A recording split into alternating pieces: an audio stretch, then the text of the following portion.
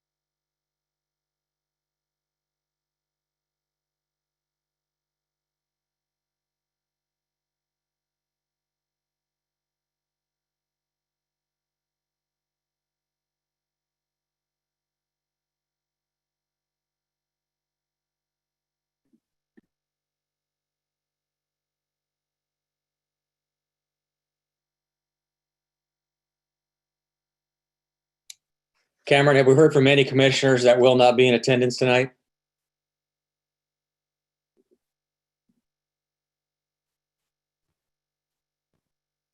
We have not heard from anyone that would not. Okay, thank you.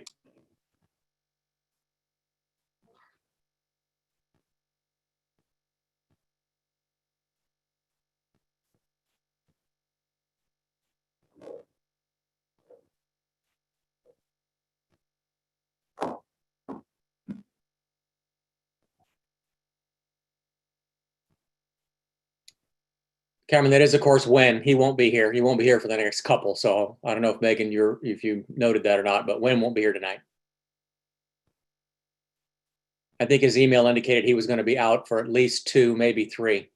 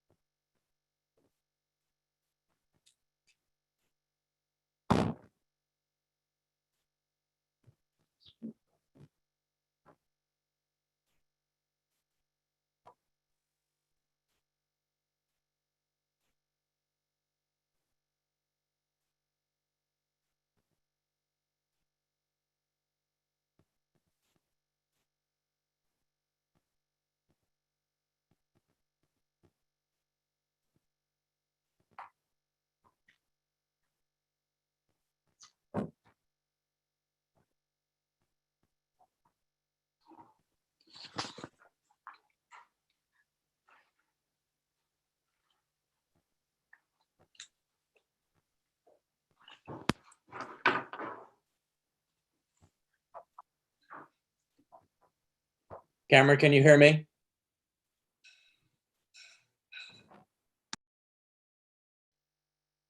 John, can you hear me? Yes. Okay, you're a little bit garbled. Am I garbled? No, I'm garbled. Well, now you're not. Cameron, are you up? Yeah. Okay, you are definitely garbled. I can understand you.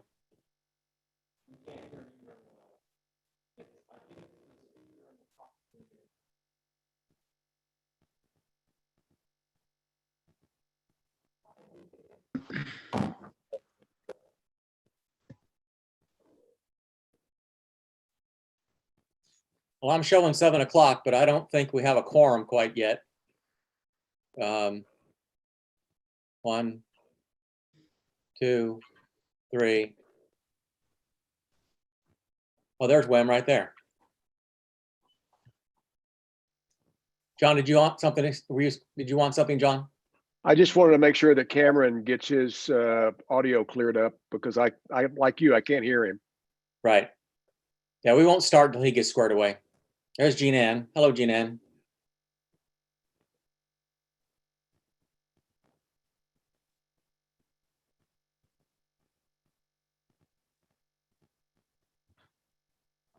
So those that are just joining us, we're in a bit of a pause because we're having some technical difficulties with Cameron, and we can't hear him. So we're gonna take a pause here until he can work out his sound issues.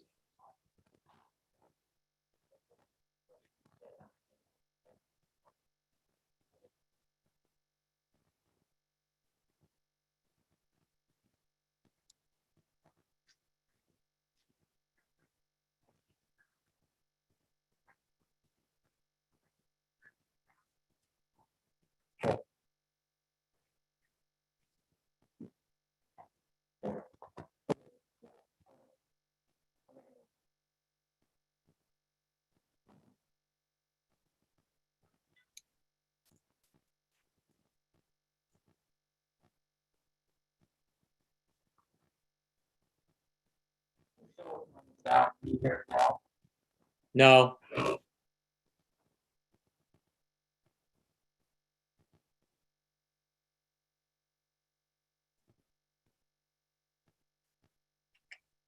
How about now? Yes. And Megan, are you good to go, Megan? No, we're still having issues trying to hear you.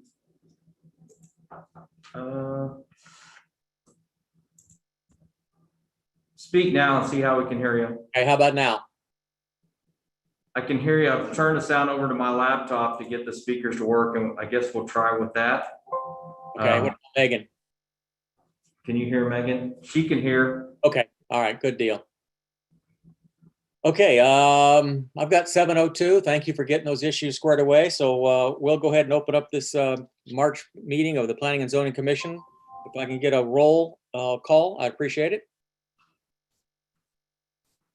Daryl McGuire.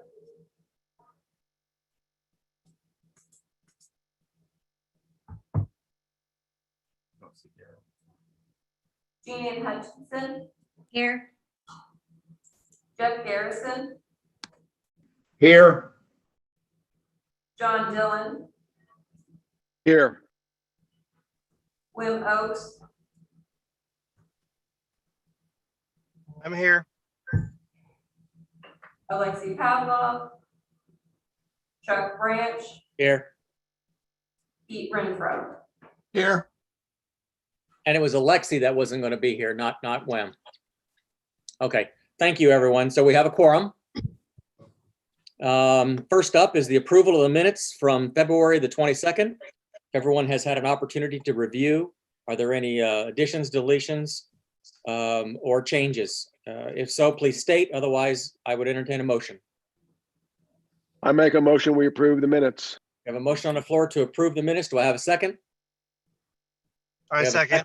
Jeff Garrison seconded. All in favor, just raise your hand. Very good, unanimous. Okay, scheduled visitors. Here's something unusual for us. We actually have scheduled visitors tonight. Jeremy is with us, I think. Who else is with you there tonight? Jeremy, John's with us tonight as well. John McCart, both from the staff, Public Works Department. So I will turn it over to you, my friend. All right, good deal. Can everybody hear me okay? Thumbs up? Okay, good deal. Well, thank you for this opportunity to speak tonight. I see a lot of new faces, and it's good to be back in P&Z.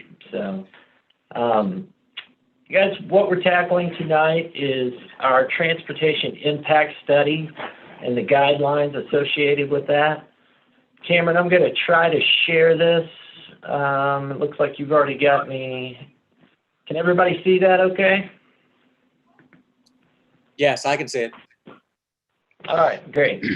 So tonight we're talking about transportation impact study guidelines. As you all know, the city continues to face an enormous amount of growth, a rapid growth, and we're constantly trying to improve our processes and put measures in place that are by no means anti-growth, but what it is, we're fans of growth, but we're fans of sustainable growth. So we want to walk you through something that took, quite honestly, it took about 2 years to get to the level we're at right now. And it was a regional effort. Hopefully you all are familiar with the Ozark Transportation Organization. They are our metropolitan planning organization. And that's where this study began. We started taking a look on the regional level of how communities, because other communities are facing very similar issues to what we're facing, but how are they dealing with this when new development or redevelopment, quite frankly, when that occurs? And we started this process out like we start many of our processes at the OTO, and that's with forming subcommittees, and kind of analyzing what our goals is. So the goal here, I'll just read for you. The goal of the TIS is to provide valuable information as to when improvements are necessary, discover potential creative solutions to unique issues identified, and ultimately maintain acceptable levels of operation for all users of the transportation system. So, I mean, that's kind of a long goal. Goals always are, but that was the most succinct way that we could break it down and say, this is what we're doing. This is what it's going to take to maintain and create acceptable levels of service. And one key point that I don't want to fail to mention here, we're calling this transportation impact study. In the past, you probably heard it referred to as traffic impact study. I feel like it's necessary as planners and as public works employees that we take a more universal view when it comes to what transportation is. We need to look at the network as a whole, not just give the vehicle the priority. As you all know, we are working hard to provide alternative forms of transportation, be it bike, walking. So just want to say that transportation is more than just vehicular travel. Again, we did take a regional approach. It's so fun to bounce ideas off your colleagues in these other communities. You learn so much, and you've got a lot of war stories when you go into these meetings, because we're all dealing with the same developers. We're all dealing with the same pressures. And it's just fun to bounce those ideas off of your colleagues. What it comes down to is basic land use planning, which you all are very familiar with. Understanding how we're growing and how fast we're growing. Understanding as a community what are our priorities. And that's something that we need to dig in deep here, and hopefully this helps us identify the priorities. And then it comes down to implementation, right? All these ideas and great policies and whatnot are only as good as the implementation. So the outline for tonight is community questions, and why I say that is we had, again, a regional approach and spoke with our community partners, committee revisions, and then I'll just take you through the guidelines, and I'll try to keep this as brief as possible. And if anybody has any questions during the presentation, please feel free to interrupt me, raise your hand, yell at me, do whatever you need to do. I thought this was important, the OTO process. This is something that we use almost in every project, and it's this cyclical process. And I love just this little simple graph. It defines how we work together as a team. It defines how we work together as a planning organization. And there was a lot of time spent right here in the listen, clarify, and debate. Because, policies are great, but there's no one size fits all. And that's what we found in this process, is that communities, as you well know, are unique. We are especially unique, given that we have a river running through our community. That is a huge asset, as you all know, but it also creates some challenges. So transportation is that much more important to our community. We don't have the standard grid system. But yeah, we spent a lot of time right here in the debate, decide, persuade. This is always fun. It's fun to hear from Springfield. It's fun to hear from our neighbors in Nixa. And ultimately what we came away with here are guidelines. And I want to stress that. This is a policy that outlines guidelines that are based upon certain triggering mechanisms. And we'll get to those triggering mechanisms. But this was something that each individual community within the OTO took home, did our homework, bounced ideas off of staff, bounced ideas off of other people in the trade. And when I say that, I'm talking primarily civil engineers with an emphasis more on transportation planning and transportation engineering. Other planners. I feel very blessed to work at a city that now has 5 planners, Cameron. I mean, that's amazing. We've got 5 people with some sort of planning degree, and that's fun.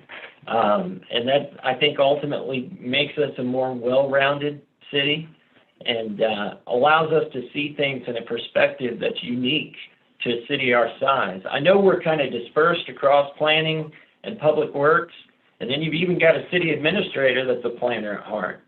So it's always a lively debate. Let's put it that way. After we got some semblance of what we felt like was the appropriate guidelines, then we went out to the community. And I want to just emphasize this briefly, but we did not want anyone to feel targeted in this approach. We didn't want to come across as, oh, we'll teach those developers. They think they can come in here and run all over us. No, we wanted to involve them as well. It's only fair that when somebody comes into a community such as ours and impacts your community, that they are responsible for those impacts. And that's what we tried to convey in a manner to the developers. So we're also, looking across the table at people that have made large single-family developments, people that have done large commercial developments. So it all starts with a foundation.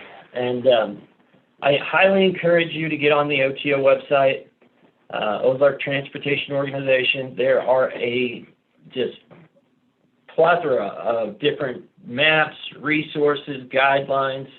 But this is our foundation, and that MTP, that's a major thoroughfare plan. And we do that for the entire MPO, which is a 3-county area, which is Greene, Webster, and Christian. But we do this, and then, of course, we specifically focus on Ozark. And just to kind of get you acclimated here or oriented here, where my cursor is, if you can see it, is the downtown.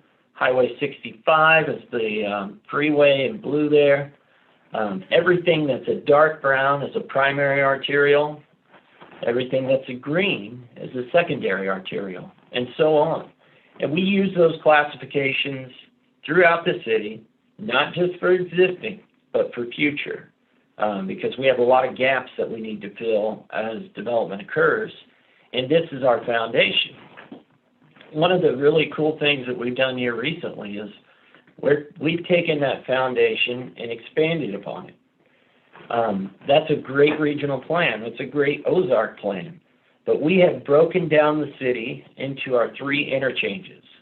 That being, and I'll start at the south and work to the north. But this, what we're calling the Southern Corridor Transportation Study, examines all along South Street or Highway 14, from 65 all the way out to what we've expanded it to is past W to JJ. We're looking at that entire area. And that area within the red box that you see there, with the recent TDD that Walmart has just, it's been approved by the Board of Aldermen, and Walmart has agreed. I say Walmart, it's actually Curtis Jared and the developers of that area have agreed to continue that TDD.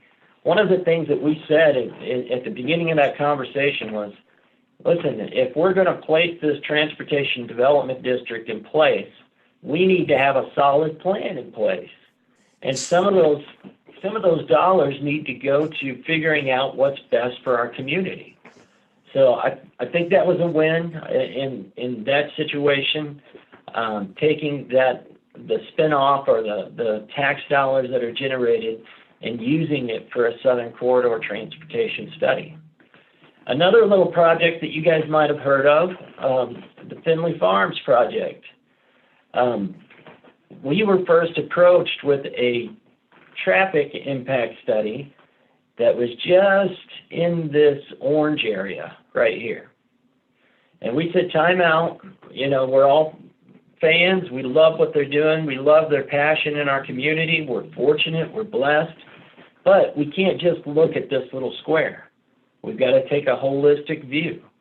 And that's where we get this strange little phoenix rising, if you will, shape that we got out of this. And we expanded our view to the entire central corridor.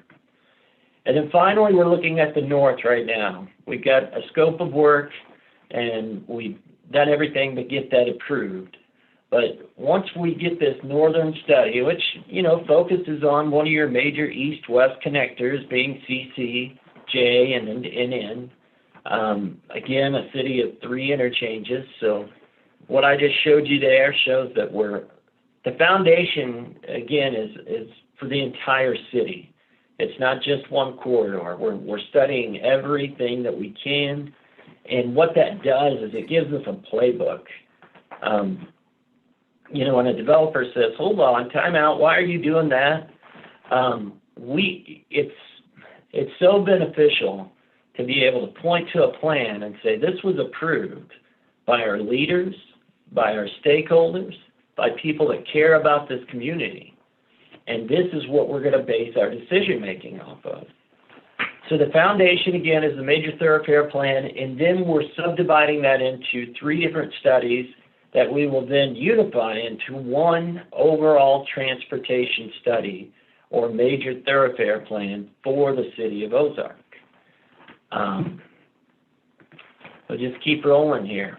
So back to this.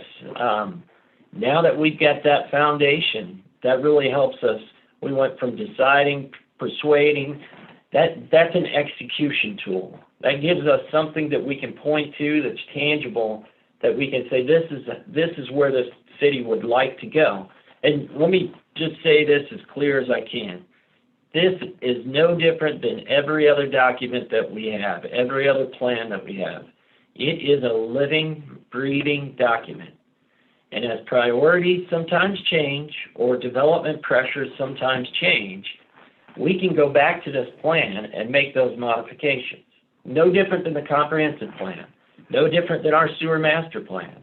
We know things are going to change, but if we have this foundation and we're following this process, I think we're always going to end up with a really good product. So now let's dive into it a little bit. After we get a proposal from a developer, be it a preliminary plat, be it a large commercial area, we recognize that all developments are not the same. So we broke it down into these different tiers. Transportation study level 1 would be under 100 peak hour trips. 2 would be 100 to 499. 3 would be 500 to 999. And a transportation level 4 study would be more than 1,000 peak hour trips. Guys, we're probably not going to see a lot of these 4s, but we had to build it in there. I think we're going to see more 1s and 2s, but these 1s and 2s add up. And what this allowed us to do in this tier is it allows us to say, okay, here's your impact, and here's the guidelines that you now have to follow. To put this into a more like a visual representation, your tiers are based upon the impact, again, of the peak hour trips. And then you look at the scale of how that's going to impact. A smaller project, say a tier 1 or tier 2, we would study a certain area outside of that, maybe up to a quarter mile. A tier 3, we're looking at, all these intersections around here that it impacts and potentially further out than that quarter mile and so on. But that's just a way to graphically say, here's your project. We now know what the peak trips are going to be generated, and here's our process. And this is the process here. And to be quite honest, we've been following this, some semblance of this, on our last few developments. We have kind of followed this tier method just to see the reaction that we've gotten from developers, to also see what kind of studies that we received from their engineers. And I think it's gone really well.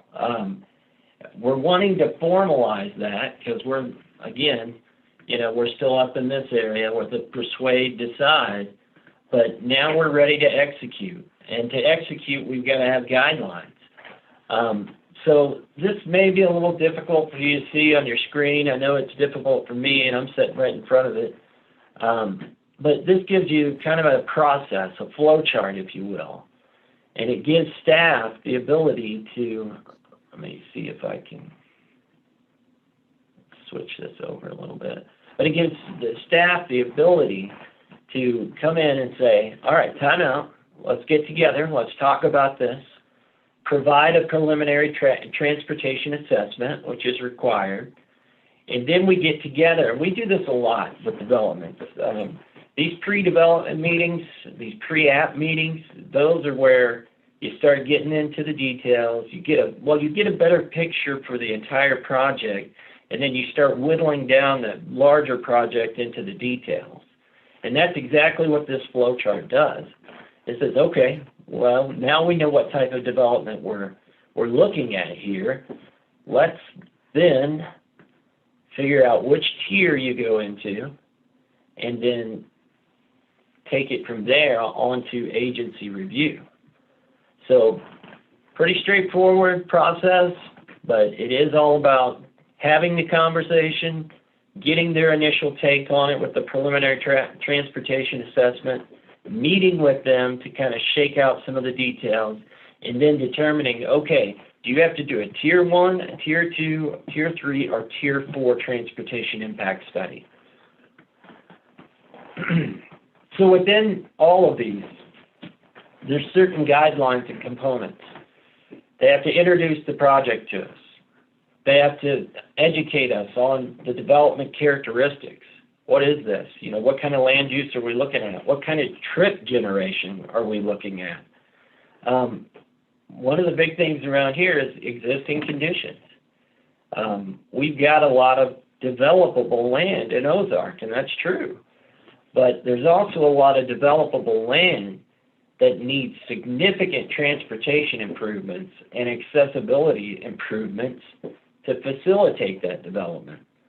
So we look at the existing conditions, the state of the roads, also if it's designated to be a secondary arterial, but it's currently only 32 feet wide and handling two lanes of traffic, it may be designated as a future secondary arterial, but that would require 80 feet of right-of-way, and that would require additional lanes. But again, you're looking at the existing conditions and getting a better understanding for what they're proposing and what can actually fit there. Your forecasting, again, that falls back on the developer and their consultants. They have to show us what the trips generated are going to be. A traffic evaluation based upon those forecasts. Parking. Parking is another one that we included within our guidelines. That's a component. Yes, there's a lot of, this, downtown. We're talking about parking tonight, I think. Later on, Cameron's going to be addressing that. But parking can be a huge sticking point.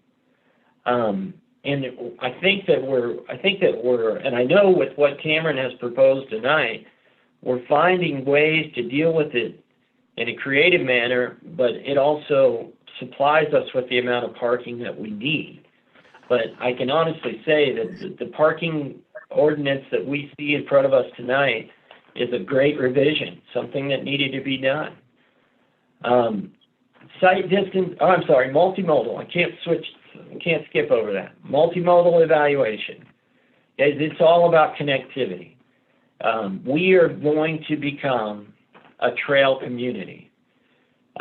What you've seen occur just in the past year, since September really, along Highway 14 or Jackson Street, those two underpasses connecting to the trails and the future phases of the Chadwick Flyer and the Finley Farms project, I should say.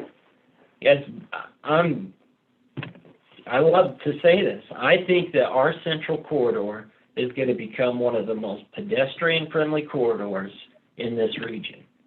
And that's all because of planning, and that's all because of making those connections. So when we're looking at any development, we have got to give the pedestrian priority as well, and the cyclist priority as well, and try to figure out how we can connect that to our overall master plan for trails. Site distance review, here you're really getting into safety and analyzing, can you make the right decision as you're stopped at a stop sign to go right or left? Do you have what it takes to see that oncoming traffic? And do you have the distance so that you can judge whether to make that move? Site plan review, because we see a lot of site plans that just make you scratch your head and you say, well, what if you did it this way? And I'm not saying that we have all the answers, but this is another step that we take to kind of to refine the decision-making process. And then finally, we'll have conclusions and recommendations. And that's where we have those conversations with the developer after having all the data analyzed and saying, these are the necessary improvements. Remember what our goal is. It's to keep a high level of service. It's to plan appropriately for the impacts, and it's to make the improvements necessary to properly service this development. So that's the guidelines that we come up with. Supporting materials, we can also send these out. There's an appendix. We've got a checklist that makes sure that every developer and their design professional knows exactly what they're getting, what they're having to prepare for staff. We want to make it as easy on them as possible, to know exactly what they've got to put into this document prior to submitting it. So we've got those links as well, and we're almost done. It's a lot of topics to cover here, but I think it's good things. The intent. The intent is to basically figure out what is the recommendation. The intent is a conclusion of all that data. And it's summarized into, okay, where are the deficiencies and issues, and what are the solutions? Again, back to implementation. All this is great, but we've got to come, at the end of the day, we've got to work towards solutions. And I feel like these guidelines that staff has worked hard on and that OTO has worked hard on is, think of it as a refining process of the data. And that allows us to get to these conclusions and recommendations. And ultimately, I think it just makes us, what we talked about at the very beginning of this, it makes us more sustainable on so many levels. And that's where we want to be as good planners. But I know that was a lot of information. I didn't plan to take that long, but I'm long-winded. Any questions? Or Cameron, did you want to jump in with anything? Not necessarily. I don't have anything additional to add. I just know it's something we've been working on for quite some time, and another exciting step moving forward of trying to get this in place. Well said, Jeremy. Yes, John. Yeah, I just want to say this is great. It's very smart. And as far as planning and zoning is concerned, I see us using this just like we would use the comprehensive plan. Is that correct? That's correct. That's another tool in your toolbox so that you can ensure that staff is doing everything in their power. And more so, John, the transportation plan, that master plan, that's probably where that'll more come into on the planning and zoning level. But again, just like the slide said, that is the foundation moving forward. So I think it's a good move. Yeah, I always want to follow up and say I think it is too. And we're constantly getting questions from property owners with regard to site developments about traffic and so forth. But I realize this goes far beyond that. And just as an example, the perfect example about what can happen if you don't have something like this in place early is actually Springfield. I mean, if they could go back 2 decades and have this sort of plan in place with this type of oversight and overview for what they knew was coming, they would be not playing so much catch up now as they are. So everything you just presented, I just think is fantastic. Thanks, John. Anyone else have any questions or comments to Jeremy or John? Hey, Chuck, I do if the commission doesn't have any. Go right ahead, Nathan. Jeremy, I had 2. If you can't answer this one right now, would you just get this to me at some point? I would like to know if there is a cost increase to a developer between the way things are and what this proposes, and an idea of what that increase may be if there is one? Okay. I can tell you right off the bat, Alderman Poston, that there's going to be some additional review fees. It depends on the complexity, obviously, of the project, but we will be sending this to our third-party engineer, so there'll be some additional review fees. And then whatever solutions we come up with are going to have to be agreed upon between the city and the developer. So that could be a variety of different costs. Sure. But Yeah, I don't want to get into the solutions, just the cost of doing a study at maybe the tier 2 and tier 3 difference or something like that. Okay. okay, I And got then you. the second question was, would it be possible in this kind of using this plan for a developer to game the system?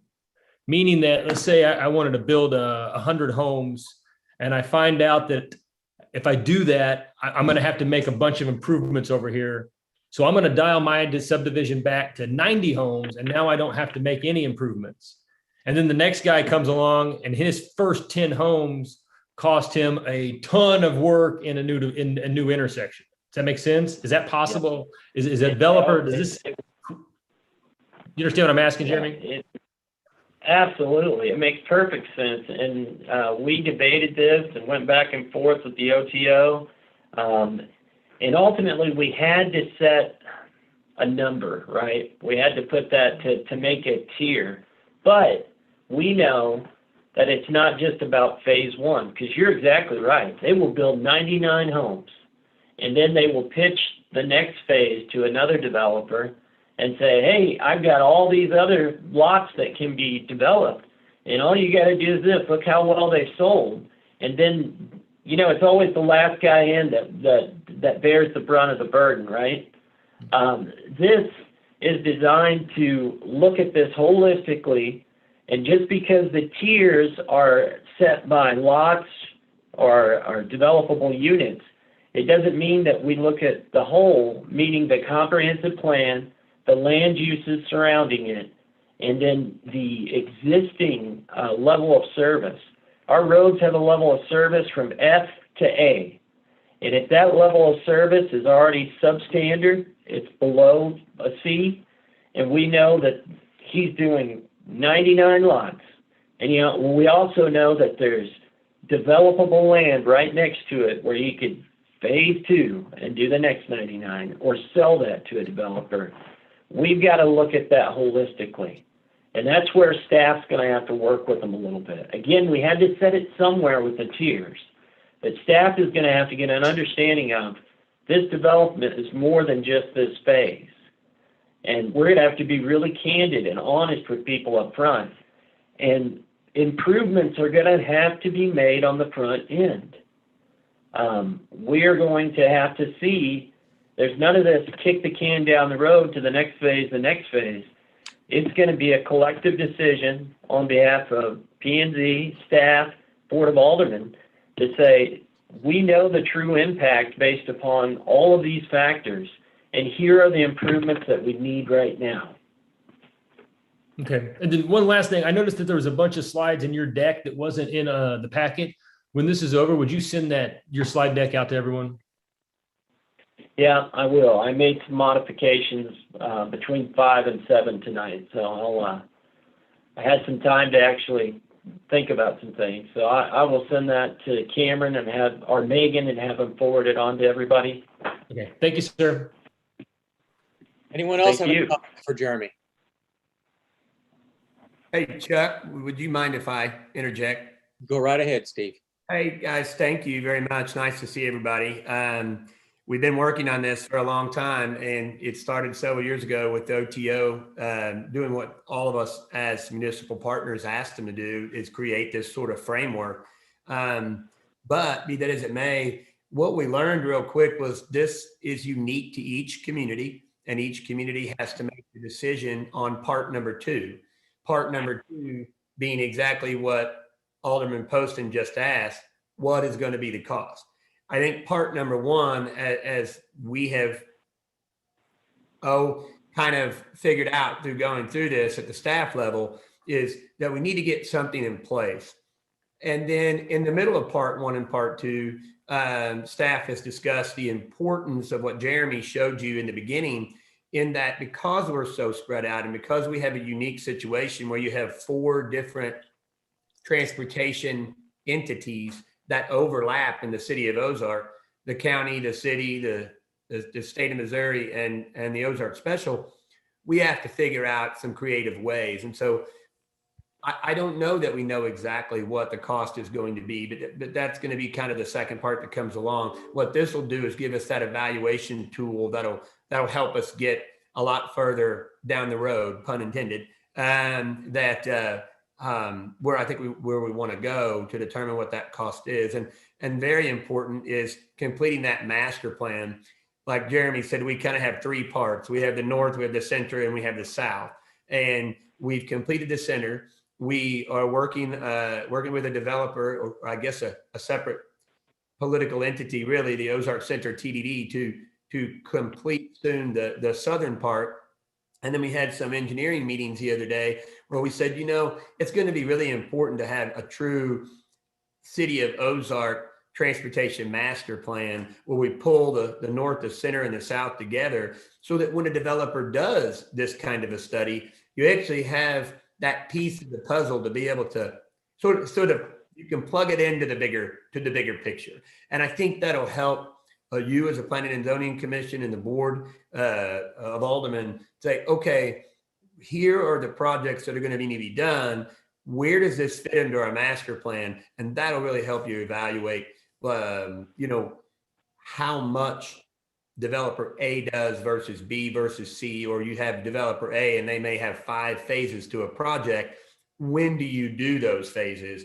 Do you do them all up front, which a lot of the times can really kill a project because you're doing 100% of that way up front, and it may be 240 acres, and there's no way the bank will absorb that on the developer side. Or you have the master plan, which allows you to say, you know what, we can do this in phases, almost just like the development is phasing out. And as long as you can plug it into that plan, I think it'll work. So I just wanted to clarify that this is sort of a 2-part thing. First is the ability to do the analysis and the requirement to do the analysis. Second part is the $1 million question, which is, what is this going to cost everybody? And how can we work out maybe even opportunities for public-private partnerships to get a lot done? Like I said, we have 4 transportation authorities that quite frankly, we developed good relationships with. So again, that's all I wanted to say. Thank you. I'm going to appreciate that. Thank you, Steve. Appreciate your clarification. Anyone else have any comments for Jeremy? Okay, my friend, thank you. I appreciate the time. Nice to have you before P&Z yet once again. We appreciate the effort and the work, and we know OTO does amazing work, as do the subcommittees that make the rest of the OTO machine move as well as it does. So thank you for your efforts and your presentation tonight. Thank you. Okay. Next up, unfinished business. We don't have any. Under new business, letter A, we have a preliminary plat for Creek Bridge Phase 4 subdivision, owner Jerry and D. Crawford, location North James Street, northeast of Creek Bridge Phase 2. Mr. Smith. Mr. Chairman, I want to interrupt for just a second. Under scheduled visitors guests, we need also have Mr. McCart from Public Works. I beg your pardon. I'm sorry, John. I didn't mean to dish you. I thought you were here with Jeremy. Well, I see where I stand. My bad. My bad. You get extra time. Okay. Go right ahead, my friend. I apologize. No, you're quite all right. I cannot just be rude and say, hey, what about me? Jump in there, my friend. Thank you. Cameron, I'm going to try to share my screen if I can. Oh.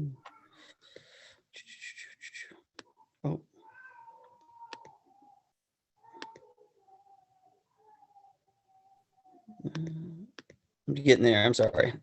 All right. Can everybody see my screen? Yes.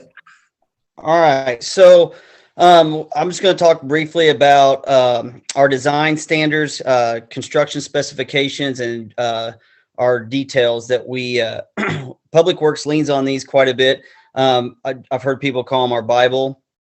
It's what really tells the developer what we need to see as far as what kind of material, how it's supposed to look at the end of the job, and what kind of and how that material needs to be utilized on the project. So Public Works every 3 to 4 years reevaluates these three things and works with other municipalities around like Nixa or Springfield and see what's working for them, because sometimes we implement things and they work great, and sometimes we implement things and we come back to it and we're like, hey, this isn't really it isn't really what we thought it was going to be. So we go back and we change these things. But we're always trying to implement things that are cost effective for the developer, and also at the same time gets the city what they need, and make sure that what's getting put in the ground and what we're going to maintain for the next 10, 20 years or 40, 50 years is good quality. So like I said, these are the design standards, the drawing details, and the construction specifications. The last time we did this was in 2017. And there are a lot of things that we implemented and then worked out really well. There's a couple of things that we're going to change, we're going to revert back to. I'll hit on that in just a few minutes, but yeah, and I'll go through a brief of a few of the high points. There's a lot of changes, and I believe that those revisions, all the revisions made, are in your packet. And if you have any questions as we go through this, feel free to ask. Like I said, we're always working for to make it more developer friendly, but at the same time, make sure that what we're getting in the field is what we need to carry on. So some of these high points is one thing we're asking the developers at the end of each job.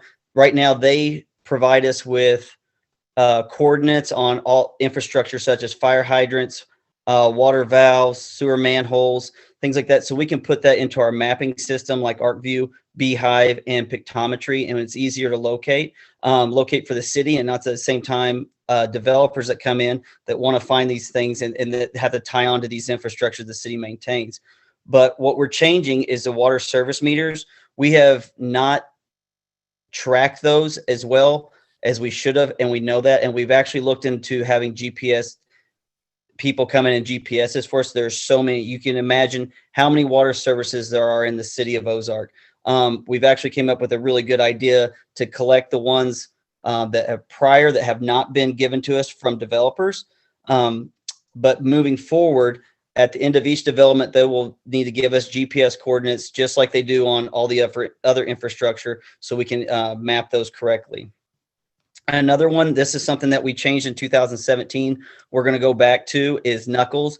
Knuckles are, I'll show you a picture of them here in a little bit. What they are is they're kind of like that cul-de-sac, as if you have a sharp 90-degree turn some way, and they kind of half a cul-de-sac into the development, if you would. We took those out thinking that maybe for street plowing, snow plowing, it would be easier, and then plus it's just kind of a maintenance nightmare. But as we move forward, a lot of developments, we found it was almost impossible for them to utilize the ground and get as much lots out as they possibly could and not allow them to do knuckles. So we really hurt the developments, and we felt like, when we reevaluate this, we need to go back to those knuckles, no matter how hard it is to plow.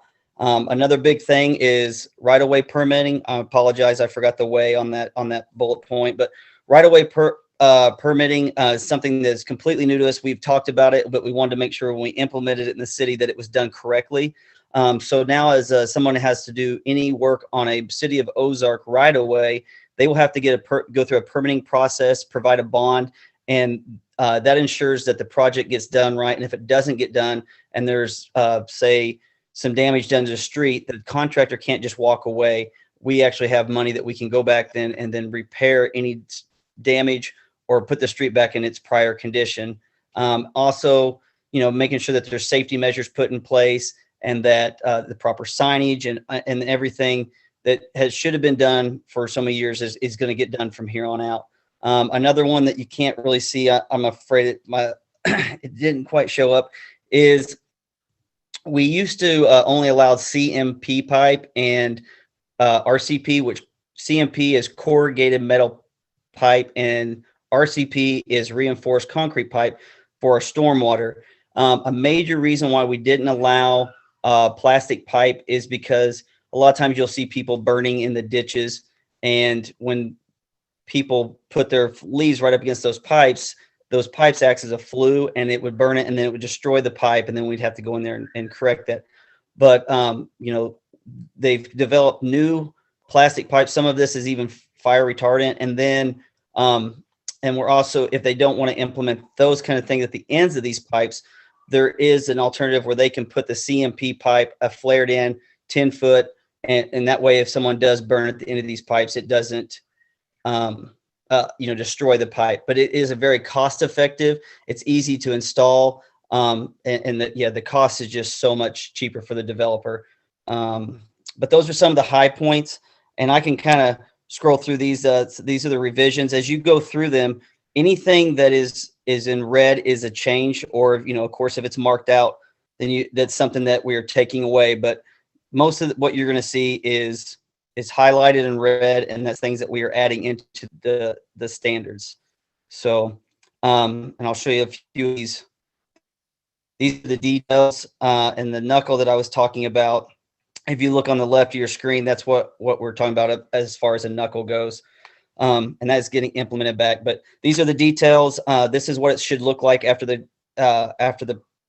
the infrastructure is installed, and we make sure that everybody provides this on all the construction plans that they give to the city for public improvements. So again, this is just doing our due diligence, and it's this time to just reevaluate all these documents and bring them forward to you guys, and have you guys ask any questions.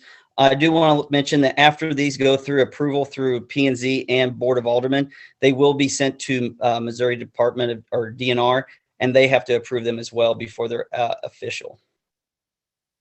So if you have any questions, I'd be happy to answer them. Anyone have anything for John? Okay, John, thank you very much. You're Once very again, welcome. apologies for going around you, sir. It's all right. Don't worry. I will make it up to you next time we're together. Thank you. All right, guys, thanks very much. Now on to new business, right, Mr. Cameron? Okay, A, preliminary plat, Creek Bridge Phase 4, subdivision, owner Jerry and D. Crawford, location North James, northeast of Creek Bridge Phase 2. Mr. Smith, please. Yes, this is for the preliminary plat of Creek Bridge Phase 4. Currently, Phase 3 is under construction, and 1 and 2 have been completed. This is just north of Phase 2 and west of Phase 3. The property is zoned R1C, and the preliminary plat does conform with that zoning based on the size of the lots and the layout. The utilities are there at the property borders, and with the development of this subdivision would be extended throughout this development to supply services to this development. There are no overlay districts affecting this property or future trail connections required in this location. The developer or the applicant did satisfy all of staff's review comments, and then based on staff's findings in the report, staff did recommend approval of this phase of Creek Bridge Phase 4. Be happy to answer the questions. Thank you. Is the applicant with us tonight? The representative is here in the audience. Would the representative care to add anything to this other than what Mr. Smith has commented on? No. I send it back. Okay, good deal. Then I will open up public hearing. Is there anyone that would like to speak in favor of this application for the preliminary plat? Anyone here to speak in opposition? I am. Mr. Barton, name and address, please. Greg Barton, 2208 Richwood. It's not so much in against it. It's just as a representative of the homeowners association, we're going to be taking over the detention area, and we don't see a way to get into the detention. We have access to the detention area. There's not a clear-cut public access or right-of-way. Okay, would the applicant or Mr. Smith care to comment to that, please? Yes, he had reached out to our office today and asked that question. The access was noted and provided in Phase 2, off the north end of Phase 2, which is to the south border of this detention basin. There's a 30-foot wide drainage easement there that is intended for the drainage and the access to this detention basin between 2 lots in Phase 2. So is there something in your ordinances or something that shows that a drainage easement is a public access? Because all that is homeowner owned. It is not a public or common area. It's The intent was for that to be a drainage, it's a drainage easement, so it cannot be, I guess, blocked or prevented access by the homeowner. It is a platted easement through there, intended to be the access to that detention basin. Yeah, well, I understand that's probably for the city, but how is that? If I go sending my lawnmower people down there, I want to send a front end loader down to fix some dirt work, 5, 6, 7 years down the road. And the homeowners are all out there, what are you doing driving through my backyard? Where do I have the legal authority to tell them they have to let them do it? Because I couldn't find that in any of the ordinances or something without the phrase right of way or public access. All it says is drainage easements of that they can't put, say, sheds there, or they can't put a fence there. But I noticed in some of the other places, they're putting picnic tables and stuff out in other subdivisions, like over in Stonegate, down through their drainage areas down through there. Won't these homeowners be doing the same thing if they don't put a fence in back? Just try to use their whole lot? The drainage easement is not, or that easement through there is not to be fenced in based on the ordinances. So there is that open access through there. But the problem will be having to drive something through there. When we're mowing it, it's like once a week or once every 2 weeks to go mow it. So if it was just once every now and then, I can understand, but it's going to be kind of constant because of the mowing requirements. I'm going to ask Mr. John McCart or Jeremy Parsons, if they're still on Zoom, if they have anything to add, and also the applicant representatives in the audience, if he has anything to add on that. Yeah, I can say, so typically that's what we utilize to access the detention pond is the drainage easement. And the reason being is that drainage easement is put in place for maintenance of the drainage way and the detention pond. Access easements sometimes you don't want to put an access easement there as then that can be utilized for any kind of access. If it's for the drainage, no different than like a sewer easement, that is there to maintain the sewer infrastructure that is in the ground. And yeah, we won't allow fences there, but yeah, if a picnic table or something that can be moved easily to get equipment back through there is usually is just a common thing that happens on all water, sewer, or drainage easements. So I've talked to Cameron and Megan about this, and Jeremy Parsons as well, as far as moving forward on phase 4, is if we needed to reevaluate and put in some kind of access easement that was maybe a little bit easier to access for the detention pond, we could certainly do that before final plat. But the intention was to utilize that 30-foot easement on phase 2. I pretty much see that as unworkable, and when we have to mow it as often as we'll have to mow it. And people, we got eight different homeowners, we'd have to do that once every couple of weeks. It's going to be hard to do it. It's hard enough to do it with the current detention area that we have now in phase 1, because we only go beside one homeowner to get to it. And then once the commercial person puts in his fence, there'll be even less room to get to it. We're really boxed in there. But we're just making sure we don't get boxed out of this detention area. Yeah, we understand that. I would like to talk to the developer as far as if that's something that he would be willing to work with the city and talk to about finding an alternative access to that detention pond as we move forward and before we get to the final plat, and we could work those details out through the construction drawings, because through the construction drawings is when we're going to address a lot of the stormwater issues anyway, and it can be all done at that time, if that's okay with, like I said, if everybody's in agreement to moving forward that direction. I don't have a problem with phase 4 as a whole. It looks really good. It just, if we could get access, looks to me like between 129 and 130 plot. It's the shortest. It just depends on how much that would screw up, housing plans and all that stuff. So not familiar on how that goes. Okay, good deal. Anybody else have any comments on this subject? The applicant, do you have anything to add to this? Nothing to add. Okay, very good. Thank you, sir. Anyone else care to speak to this? Seeing none, I will close the public hearing and turn it over to the commission. Comments, questions, thoughts? Seeing none, I would entertain a motion.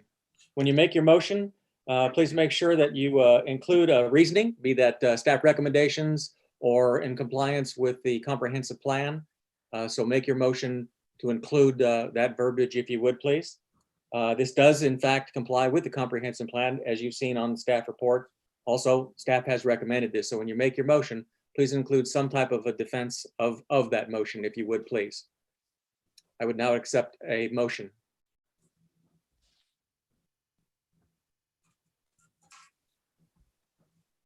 Don't be shy. Mr. Garrison? Yep, I motion that we accept it based upon staff recommendations. Okay, we have a motion on the floor to accept the preliminary plat based on staff recommendations. Do I have a second? I'll second. Okay, thank you, Mr. Renfro. Appreciate that. We have a first and a second to move the preliminary plat forward to the Board of Aldermen with a vote for Creek Bridge Phase 4 subdivision. Owners are Jerry and D. Crawford, located on James Street, northeast Creekwood Bridge Phase 2. Roll call vote, please.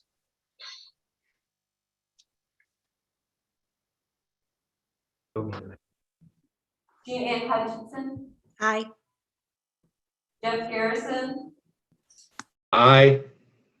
John Dillon, Aye. Wim Oaks, Aye. and Pete Renfro. Aye. Guys have it. Good deal. Thank you all very much. Okay, next up is letter B, preliminary plat, the Mega Edition subdivision. Owner is Arthur Holman Investments LLC, located on the intersection of West Parkview Avenue and North 14th Street. Mr. Smith. Yes, the applications for the preliminary plat of Mega Edition. The development is just to the southwest of the Ozark High School area. The utilities are existing around the property borders, and in this situation, the utilities would just be the service extension since they are bordering the anticipated lot layout. I do want to clarify that there's an existing sewer main and a private sewer lateral that does bisect this property that we have been working with the applicant, and they are aware of this and know that once they go to construction improvements and get to the final plat, that would have to be relocated to accommodate the lot layout. The proposed zoning does conform to the layout of this subdivision. There are no overlay districts that affect this property. However, it is along the trail corridor, the Chadwick Flyer, along the western border of this property. We have worked with the applicant in determining and make sure that we get noted the trail easements and access to that trail from the street of the public right of way of Parkview Avenue. Based on the staff report and findings, staff does recommend approval of this, and the applicant did satisfy all of staff's review comments. Thank you, Mr. Smith. Is the applicant with us tonight or a representative of them? Representative, can you hear me okay? Is there anything that you care to add, Mr. Yeah. Mackey, what Cameron said? Sorry, say it again. Is there anything you care to add to what Mr. Smith had to say about your application? No, thank you. Okay, then I will open up the public hearing. Is there anyone here to speak in favor of this application? Is there anyone here to speak in opposition to this application? Okay, then I will close the public hearing and turn it over to the commission. Mr. Dillon. Yeah, I have a question. Cameron, can you reiterate again about the Chadwick Flyer going through there? I mean, I know so much work's already been done. We've seen a lot of progress. There is no issue with regard, there's going to be an easement going along that western side of that particular development? Actually, the railroad corridor is along that western side, so that would satisfy or be appropriate for that trail easement because it's along that western side. What they're proposing is along the north side of the lot 11 of showing a trail easement or access easement along that north side of that lot that would tie or connect the trail corridor, the west or the Chadwick Flyer to the Parkview Avenue Street just to the east. Okay.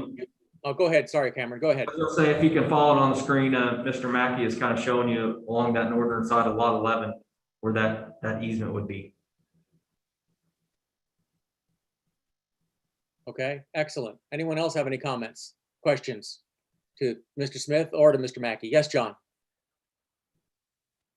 Well, just for my own curiosity, I know that MAGA is obviously an acronym. I'm just curious as to what it stands for. Well, the owner had a hat on that said MAGA and he couldn't come up with a name. I looked at him and said, why don't we call it that? And he said, sounds good to me. Okay. Anyone else have any comments or questions for Mr. Smith or Mr. Mackey? Mr. Chairman, Yes, Ms. Hutchinson. I just noticed that the Ozark Comprehensive Plan recommends a future land use of parks, recreation, or open space.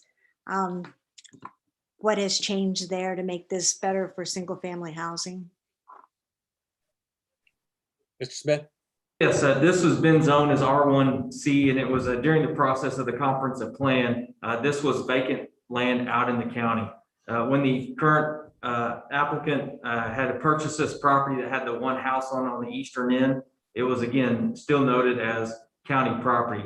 When they went off to split that house off that land, based on the urban service area, the applicant was required to annex this property into the city. And knowing that the R1C was appropriate land use based on the surroundings, staff did recommend, and it was annexed in at a time back with the R1C zoning. However, we'll add that the applicant is proposing to have the detention on the western side near that trail. And so there would be a portion of this property that would be an open area, not necessarily a public park, but would remain as an open green space and then provide that access to the trail. Thank you. Anyone else have any comments? Oh, sorry, Jean Ann. Anyone else have any comments or questions from for Mr. Smith or Mr. Mackey?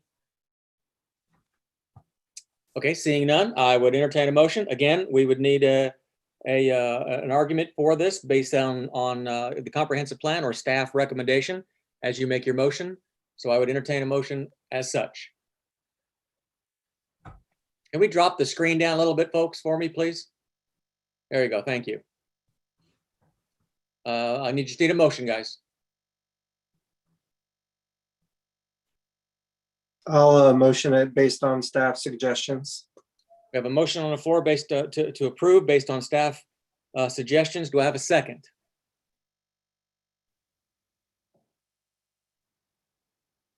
I'll second that.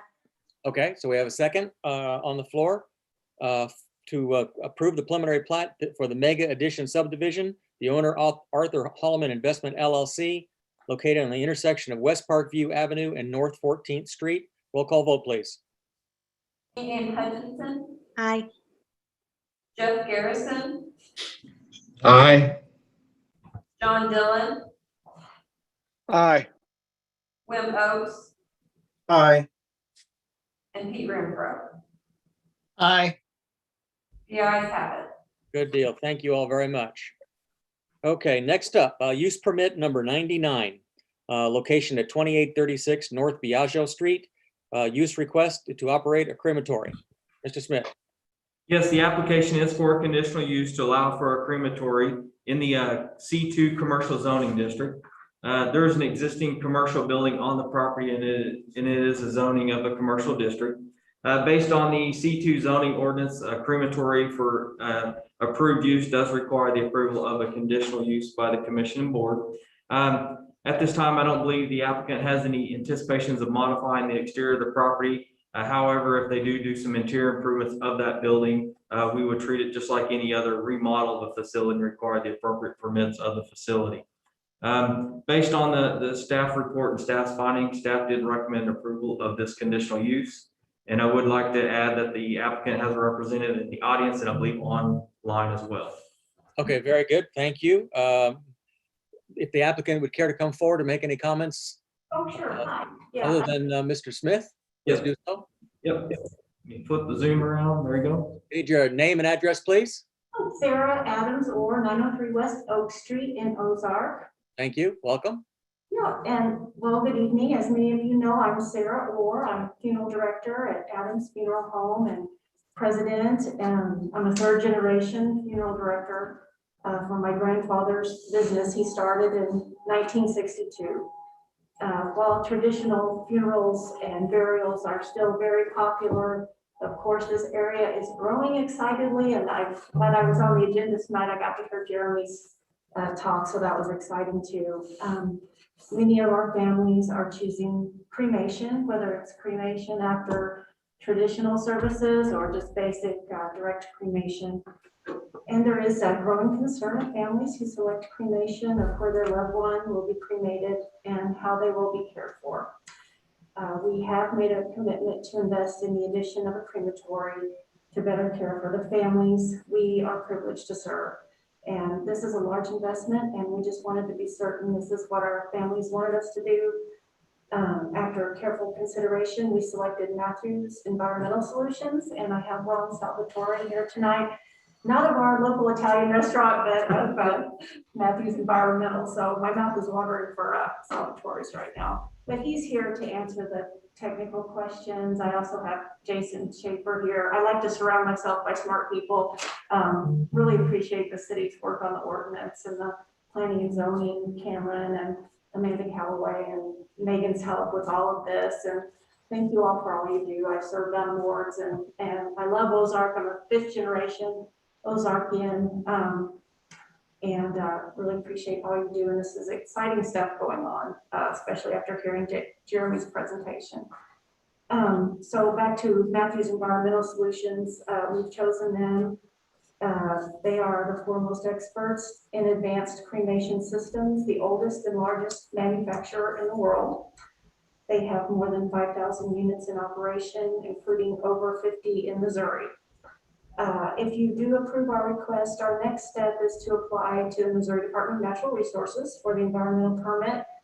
And I will say Matthews Systems exceeds the state's DNR stringent performance design and emission standards and are approved for installation. Of course, like I said, he's here to answer any questions. I'm the expert in serving my families and doing what they all want me to do. And but I'd be glad to answer any questions or. Okay, thank you, Sarah. Would either Mr. Schaefer or Mr. Salvatore care to add anything to Sarah's comments? I would just say, I thought Sarah summed it up very well. I certainly appreciate the hard work the Planning and Zoning Board does. I'm really here more to advise her if things go wrong, but we don't expect that. You know, certainly she's put together a great plan, hired great people, and trying to provide a service for the city that is needed. So that's all I have. Thank you, Mr. Schaefer. Mr. Salvatore? Yes, sir. My name is Ron Salvatore. Thank you for this opportunity. I'm really here as a resource tonight. So if you have any questions, that's what I'm here for. Very good. Thank you, sir. Okay, I will open this up to the public. Is there anyone here to speak in favor of this tonight? Seeing none, is there anyone here to speak in opposition to this tonight? Very good. I will close the public hearing and turn it over to the commission. Comments, questions, thoughts? Yes, John. It's necessary. Okay. That's all I have to say. I mean, it's necessary service, and I can tell that all the T's have been crossed and so forth. And so I hope that we can approve it. Okay, thank you. Anyone else? Any of the commissioners have anything else that they care to add to this? Okay, seeing none, I would entertain a motion. Remember, I would need some kind of validation for your vote. We should probably be using the finding of fact on this particular issue because it is a use permit, a conditional use permit, if you happen to have your finding of fact in front of you. Otherwise, I'm sure I would accept a motion based on staff reports or the applicant's comments. In any event, I would entertain a motion at this time.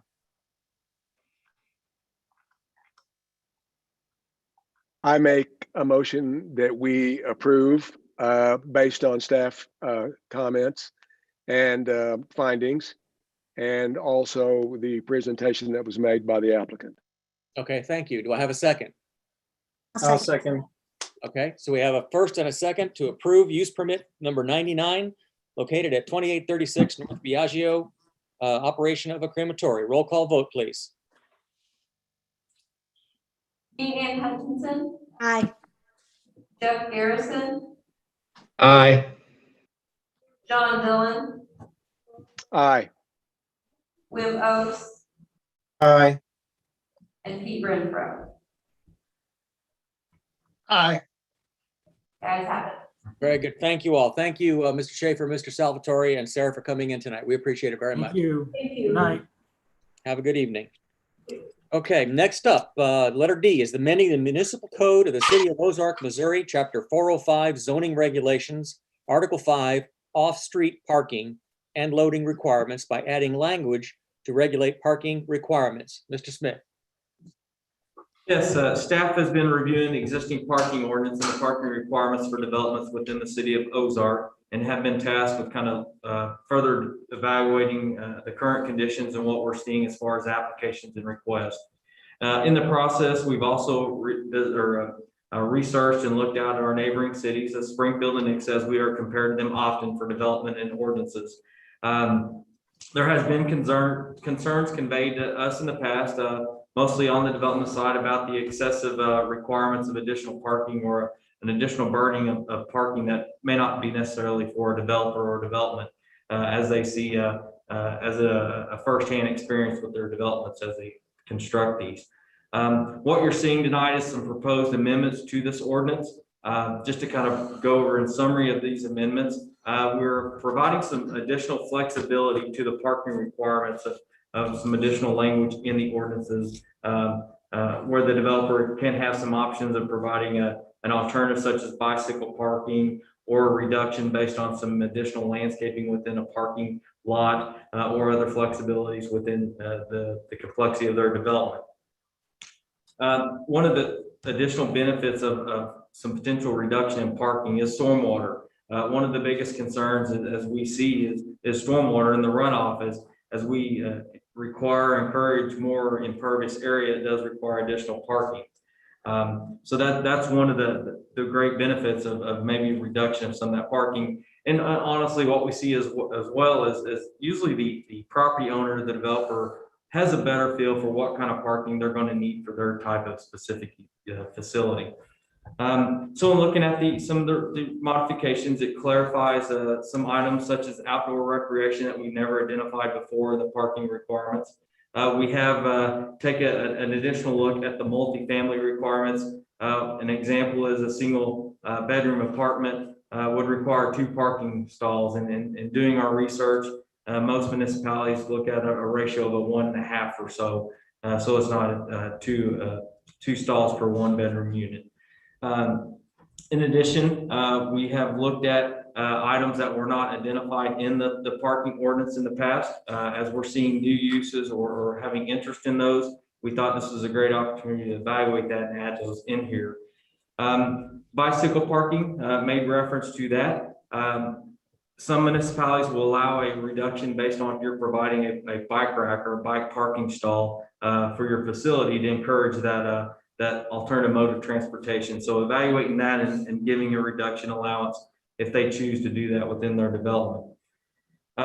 Also, we've got some clarifications in there. If there's a specific use that isn't clearly identified in here, it does give us the authority on the staff side to evaluate that use and to do some research and work with the developer to come up with a better solution to facilitate their development. We did take this opportunity to clarify outdoor storage areas. In the past, we've had several requests for outdoor storage areas, and the way that the ordinance had been implemented or evaluated was that those had to be paved, and that's not necessarily the case or what we anticipate. A great example of this was we had a request to do a nursery, and so when they were going to supply or stock their nursery stock in their storage area, it didn't make any sense at all to pave the entire storage area for the nursery stock. So we took this opportunity to accommodate those storage areas to allow for that surface to be gravel as opposed to a paved area. Generally, these areas aren't public access or accessible by the public all the time, and it is just for the employees and the storage of their products. So in looking at this ordinance, it is something, and I guess I was made fun of a little bit on this, but I was excited about this parking ordinance. I love the thought of this reduction and to not put a further burden on a developer, and also think about our stormwater and let kind of that use and the developer kind of drive some of their parking requirements, as opposed to being the police of that and trying to dictate what would be required. when in a lot of cases we see excessive asphalt or paved parking lots that are just empty 99% of the time. So this would help allow for some of that reduction. And also it does encourage some uses that we haven't seen in the past. And one of those is a multifamily use. We are starting to see a lot of interest in that. And without this flexibility or this reduction of parking, it does create an additional burden on them and their layout and their creativity of their development.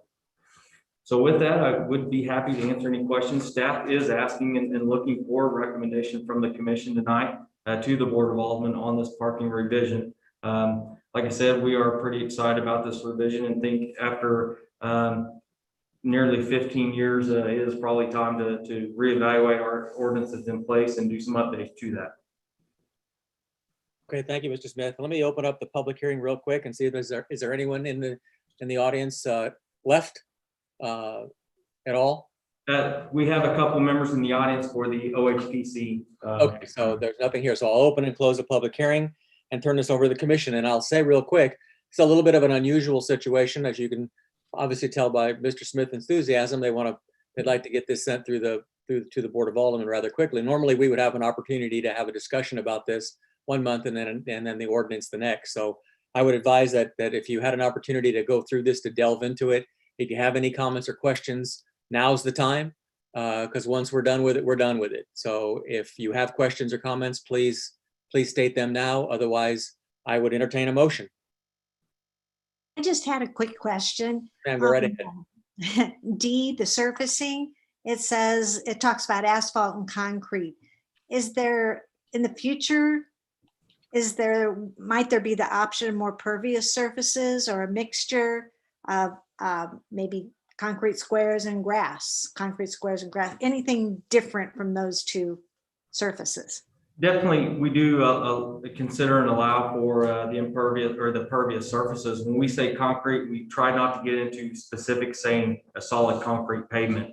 So we have used the term concrete to allow for pervious concrete pavement or brick pavers, or what we traditionally would assume are brick pavers are now concrete pavers in today's standards. And so by saying the word concrete, we do allow the opportunity to allow for that pervious type surface. Thank you. Anyone else have any comments? Mr. Dillon. Just a quick comment. I have gone through this. There's a lot here, obviously, and I have no idea about any of this. So this is not my bailiwick by any stretch of the imagination, and I trust staff. But I will say the fact that you are allowing up to 10% required automobile parking could be substituted with bicycles says a lot about where we are headed. And that goes back to even the presentation by Jeremy and John earlier. And the fact that you're taking that type of overview with regard to this solution to what could be a real issue down the road, I think is good thinking. Mr. Post and Mr. Mayor, do you have anything to add to this subject? No, other than to say, I'm glad to see the surfaces options, opening it up to pavers, getting more of that. I think that's a great way to go. No, I'm pretty happy with where this is headed. Good deal. Mr. Mayor? No? Okay, thank you. Okay, Commission, I would entertain a motion. And I would use your argument based on staff's remarks and comments and make your motion as such. Yes, John. I'll make the motion that we approve based on the hard work that the staff has done and their expertise in this area. And I make a motion we approve this. Well said. We have a motion on the floor. Do I have a second? Second. Second by Mr. Garrison to approve amending the municipal code of the city of Ozark, Missouri, chapter 405 zoning regulation, article 5, off-street parking and loading requirements by adding language to regulate parking requirements. Roll call vote, please. Jean Ann Hutchinson, Aye. Jeff Garrison, Aye. John Dillon, Aye. Wim Oaks, Aye. and Pete Renfro. Aye. The ayes have it. All right, good deal. Thank you. Okay, next up is a discussion. I think we're going to do just a brief update on dark skies. Is that correct, Mr. Smith? Yes, just want to give you guys an update. We are still working on some of the revisions based on the feedback we received prior from the commission and the board. We have done a significant amount of research on the kind of the bug rating of, as it's termed, and looking at those lights, and maybe not specifically calling out a dark sky rated light, but requiring a light that would probably achieve the dark sky rating. So we're working on that right now currently, and then also partnering with SimCog as it was requested before, that we allow for them to provide any additional research and feedback. So they're working on that currently with us, and hopefully we'll have an update from them soon. Also in your packet, it was discussed about treating the downtown area a little differently from the rest. And so in your packet, what staff has been proposing, as we take two of the defined districts that we have in place already in the city ordinances, and one being the neighborhood overlay district and the other being the core overlay district, and using those two defined districts as kind of determining the boundaries of how the downtown area would be treated differently in the dark sky ordinance. So just would be open to any feedback, or glad to hear it, and we'll hopefully have something to you next month. Sorry, my bad. Can you tell us any of the differences that you can see right off the top of your head between the two? Between the downtown and the neighborhood? Oh, well, the reason they're both in there is because the actual defined of the neighborhood overlay district, if you look at the map in there, it kind of leaves a void in the square area. And so you got to refer to the core overlay district to capture both of the areas. So it's just more of for clarification purposes of allowing for both overlay districts. All right, good deal. Okay, any comments from any of the commissioners? Mr. Dillon? This is a great way to start. I mean, I'm knocked out by this because it allows options as you go forward. Everything is clearly defined. It's just like a baby step, but I wasn't expecting this. This is terrific. Good deal. Anyone else? All right, seeing none, we will move on to commission comments. Anybody have anything they'd like to say? Mr. Poston, Mr. Mayor? No, nothing. Thank you. Okay, very good. Administration comments? Okay, very good. In that case, I would entertain a motion to adjourn. I so motion, we adjourn. I have a motion to adjourn. Do I have a second? I second. We have a motion and a second. All in favor, just raise your hand. Very good. We're adjourned to one meeting and going into another. Okay. Welcome to the first OHPC meeting of the year. This is a most interesting one, to say the very least. First thing up is the approval of minutes from October the 26th. Everyone has had an opportunity to review. If there are any comments, questions, revisions, or changes, please state. Otherwise, I would entertain a motion.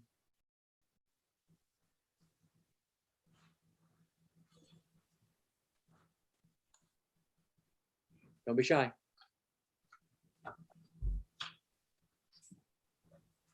I make a motion to accept the minutes. We have a motion to accept the minutes as presented. Do I have a second? Second. Okay, we have a motion and a second. All in favor, please just raise your hand. Opposed? Thank you very much. No scheduled visitors, no unfinished business. Under new business, we need to, I'm gonna need some clarification on this a little bit, but we need to elect a chair and a secretary. We don't have vice chair. So Mr. Smith, if you'd care to kind of give an overview of why we're doing this tonight, I would appreciate it. Yes, I don't know if you guys all recall the history of the Historic Commission and the ordinance revisions, but we went through a process of making modifications to the Historic Commission and bringing that under the authority of the Planning and Zoning Commission. And through that process, we had revised that ordinance, knowing it was a Planning and Zoning Commission, knowing that it would consist of the same body and typically would be the same the elected positions or the appointed positions. In that process, the staff had submitted that ordinance to the state, and they required us to actually decipher and separate the two, knowing that it was still the same commission, but we need to make sure the agenda items and packets and the discussions are separated from the Planning and Zoning Commission items versus the Historic Commission items. So in that process, staff thought it might be best to go ahead and get it on record and for documentation to appoint the chairman and the secretary to the Historic Commission, knowing that we assume and make the assumption that it would be the same appointed positions for the Planning and Zoning Commission. So that's why this is on the agenda. And in that process of making that modification of the ordinance, like the Planning and Zoning Commission, there is not a vice chair position that would be needed to fill. Okay, very good. Thank you.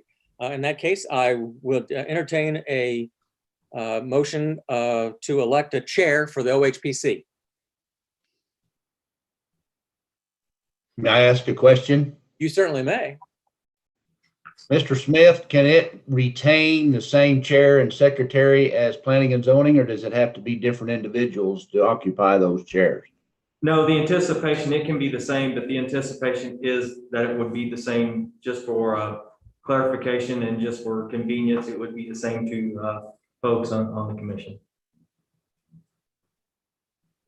Do I have a nomination for chair? I nominate Chuck Branch. We have a nomination for the current chair to sit as OHPC chair. Do I have a second? I second that. Okay, all roll call vote, please.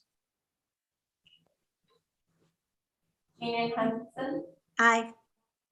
Jeff Garrison, Aye. John Dillon,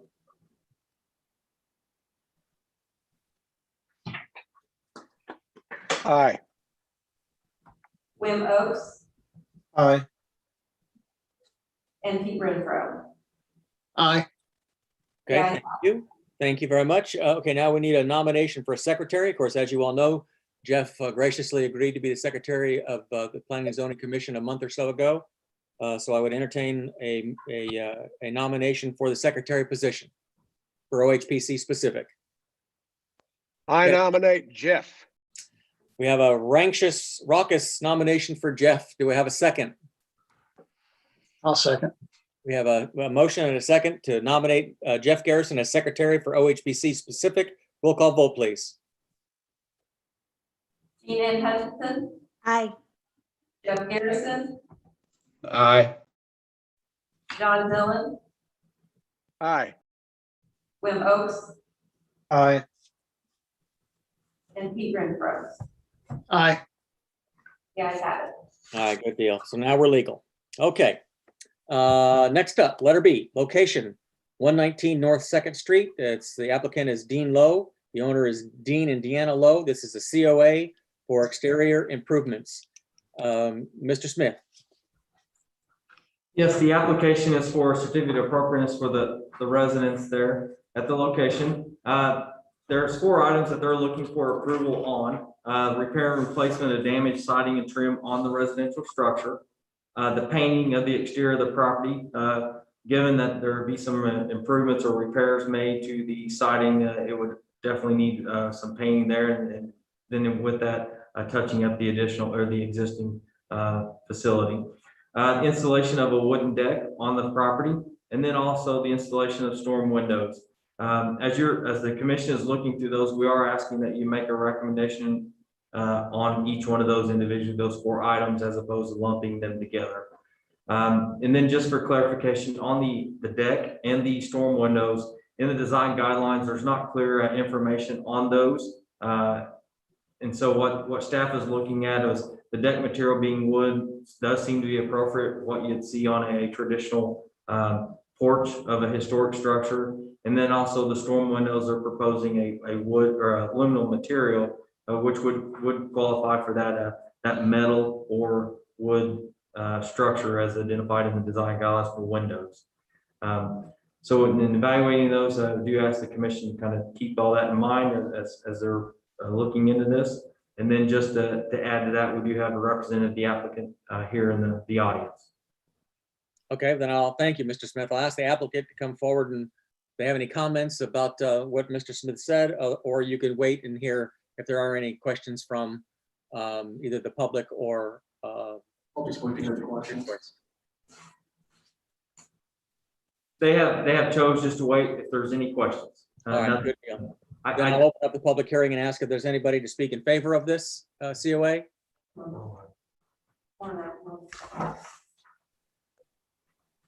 Is that a yes? Mr. Smith, is there someone there to speak in favor? Okay, is there anyone there to speak in opposition to the COA? Okay, I'll close the public hearing. As Mr. Smith said, we're going to go through each one of these one by one.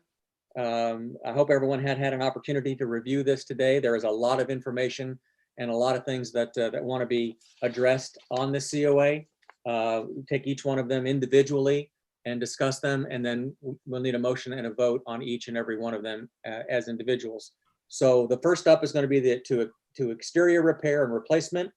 And the definition: before they paint an exterior, the applicant would like to repair or replace damaged siding and window trim that have rot or moisture damage. They plan to replace the siding and the trim that are beyond repair with materials that look the same as what is currently on the exterior. They will also caulk and prime all areas that require attention.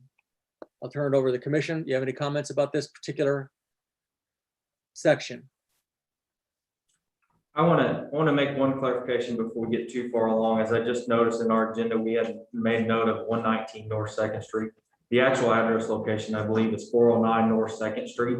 So I just want to make sure we're clear on that. As the letter states, it's 409 North 2nd Street.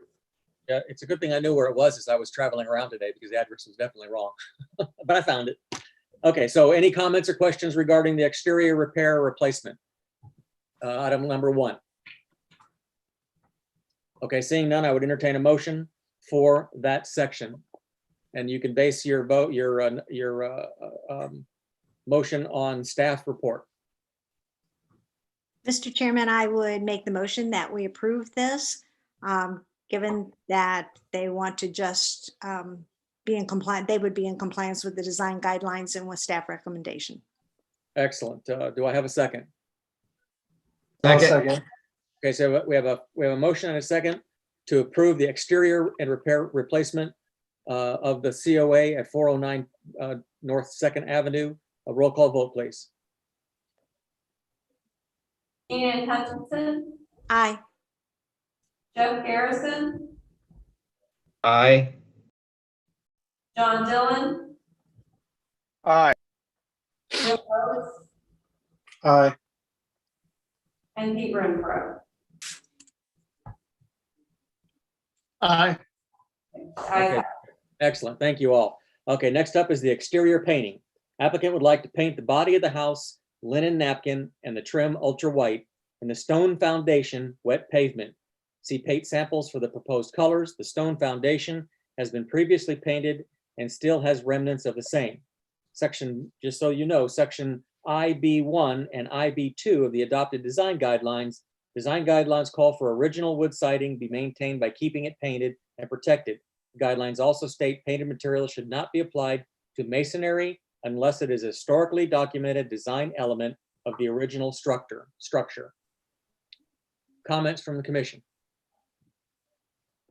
Mr. Chairman, the colors seem really appropriate, will look really nice, very similar to what's on the house with just a tiny bit of contrast. I do have a concern about painting the foundation since the design guidelines, which are taken from the Secretary of the Interior's national standards. And also there is a listserv for the National Alliance of Preservation Commissions where this is discussed. Painting masonry of any type, whether it's the old brick or limestone or stone, is not healthy for it. It will cause water to be retained within it, which encourages crumbling of the materials. And so I really have hesitation, would be a slight word for how I feel about painting the foundation.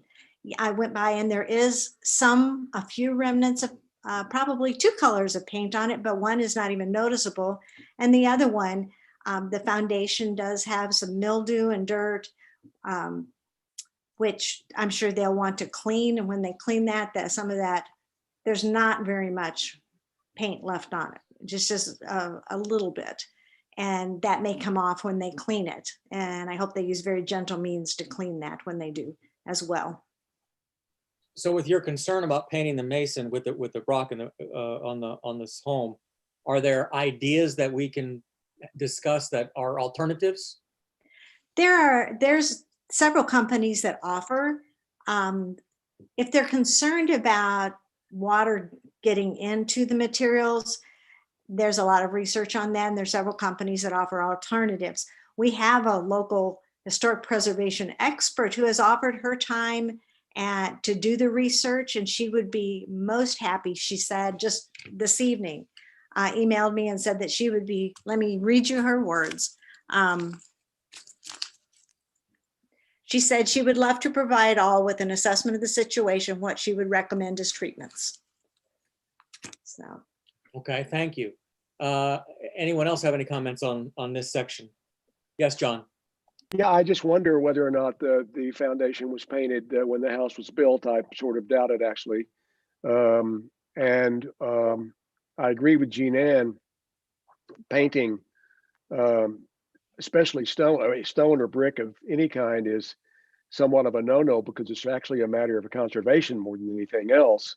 And it certainly doesn't help preserve the fabric. And, you know, Ozark doesn't have a lot of fabric to give up, to be honest. So I think that the applicant might agree that having the foundation be a natural stone might actually be more attractive in the long run, and obviously more historically correct if we could find a way to possibly clean it and preserve it in some other way besides paint. I agree with everything else with regard to painting the exterior, but I think the stone work is problematic at the least. Okay, thank you. Is there anyone else, any comments from some of our past OHPC representatives that would care to comment on this? Yes, John. Go ahead, Pete. I agree with the fact that the painting of the house and the trim is acceptable, but the stonework is something that I would have a problem with also. And I went by also, and there's not a whole lot of paint that's still there. So finding a different solution would be the way that I think we should go with that. Okay, thank you, sir. John? Did you have anything to add? No, that was it. I just say that, you know, I'm wondering if we can approve, you know, the body of this particular section and maybe not approve the stone painting, the painting of the stone foundation. Yeah, we'll get to that part of it in just a little bit. Anybody else have any comments before I ask the applicant to come forward and comment on this? Anything from the commission? Okay, could I ask the applicant if they'd care to come forward and comment on the commissioner's comments with regard to painting the stone? I need your name and address if you would, sir. My name is Dean Lowe. I live at 409 North 2nd Avenue here in Ozark. Okay, sir, go right ahead. Care to address the comments from the commission? No, I totally understand the concerns. We ran into this with a historic home in Springfield, an Italianate design home built in 1869, and the landmark board did have some concerns at first. And this was 2 years ago, the project was complete. Committee members have been there since, and we're thankful that part of the process got approved. It actually turned out beautiful, as long as the surface is prepped correctly, not just power wash, but also chemically balanced for paint to adhere. I wouldn't touch the foundation for the fact that the north and the east side of the home, to me, since I'm a homeowner, I stare at it every day. It's not a quick glance. And I just want the overall project, when it's said and done, with the amount of money I'm going to invest into the property for improvements. I was just hoping to have that element of the project completed also, but I do understand the concerns. Thank you, sir. Anybody have any comments or questions for the applicant? Okay, so as I see it, as a thought, we can make a motion to approve the whole section. We can make a motion to approve the painting in the first half of this portion. We could insert that we want to have a recommendation from the expert that is giving their blessings to come forward. And so not to slow this down, Mr. Smith, could we not at that point bring this back or have this go through the C&E process once the applicant, has gone through whatever alternatives they have with our expert and possibly with Ms. Hutchinson, make the corrections, and then we can come back through it as a C&E? Trying to think what would be kind of the ideal and best way. I'd hate to just continue to delay based on not knowing what the resolution would be. But it could be that you could make a motion or recommendation on those items, and then yes, staff could address it as a C&E stage for that one item. But my fear is you would have to make this fail as a C of A, but maybe there's a way to make a motion to approve what you're happy with and exclude the masonry, but based on the findings of maybe the expert, and if they come up with a solution that's agreeable to the homeowner and also you, Mr. Chairman, we could issue that specific item as a C&E. Well, that seems like the direction that I would like to go forward. I mean, everyone seems to agree up to and including the applicant.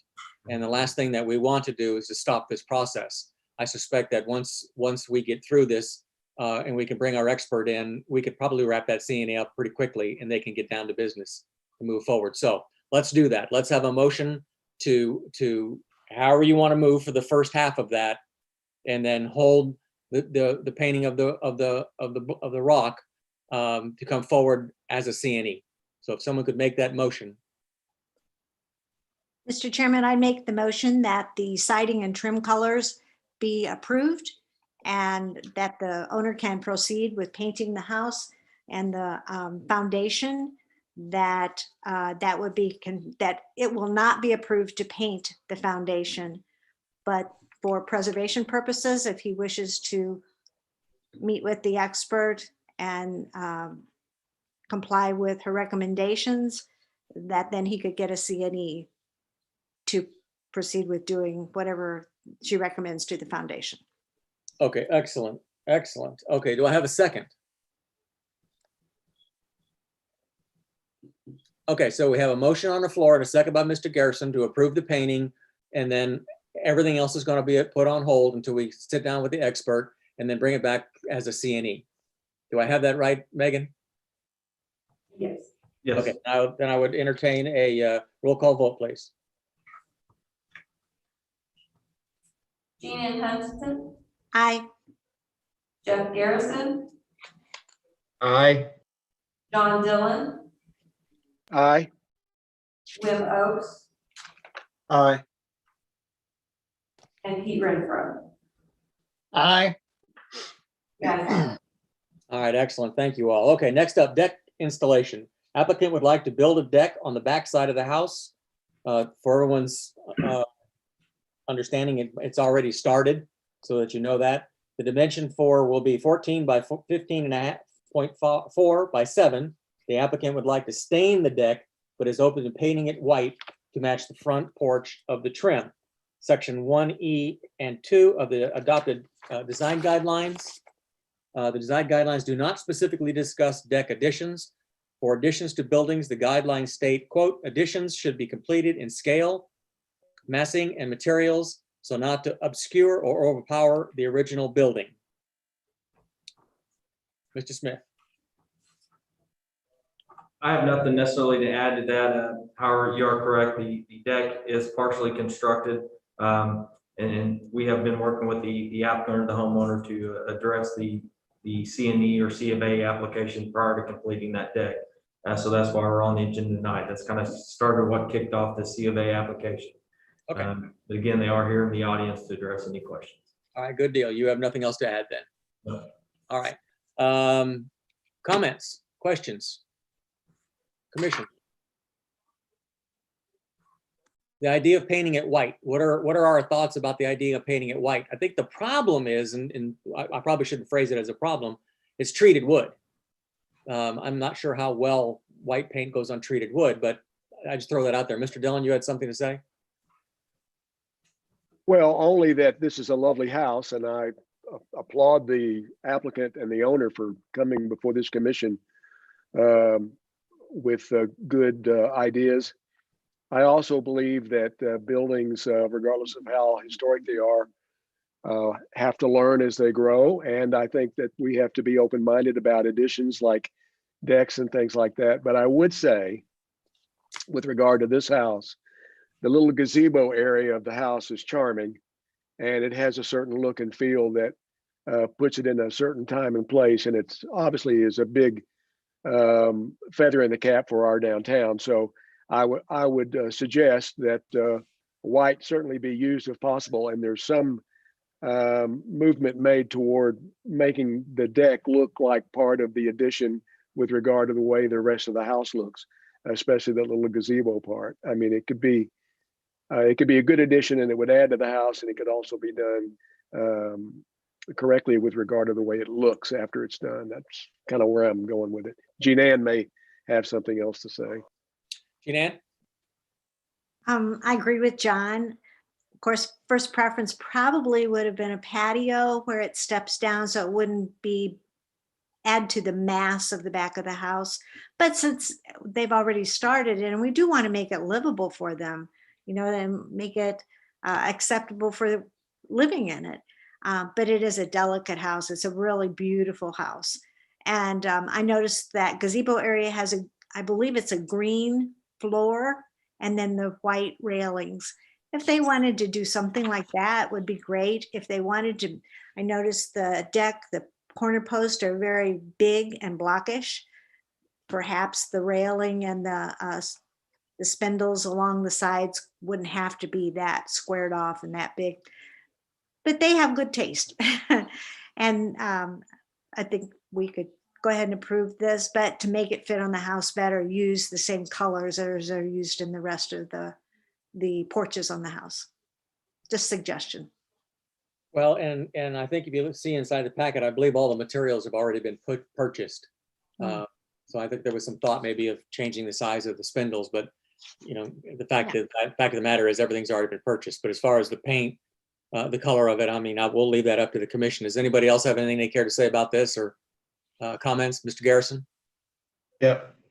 Being that I have sold lumber for 30 plus years and worked for a treating plant, the treated lumber is very accepting to paint as long as you use the right process. You let the material dry before you paint it, but it has to be a correct paint. You can't just go to Walmart and buy some cheap oil-based paint and expect it to stick, because it is wood and it is treated and it will expand and contract with weather, because that's what lumber does.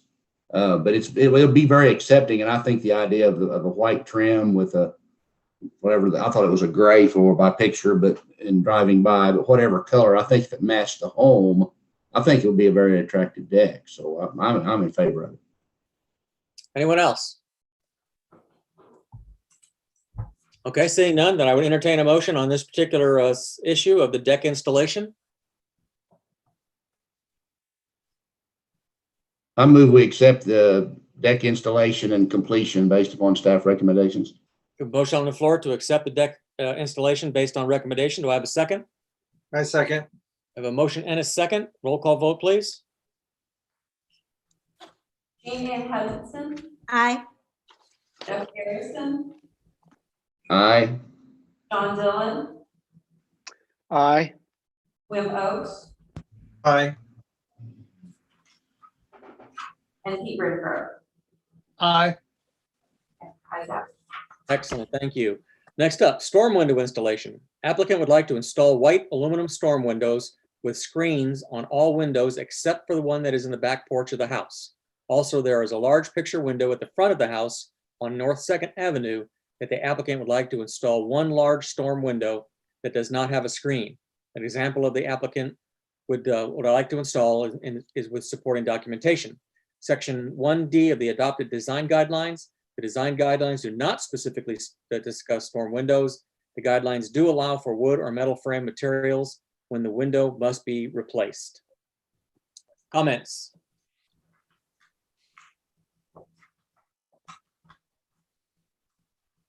This seems like an easy one. Okay, if there's no comments, then I would entertain a motion. I guess I do have a comment. Oh, yes, ma'am. Go ahead. Just to looking some, what some other historic preservation commissions have done, they just spell it out, what the expectations are, and they're very simple.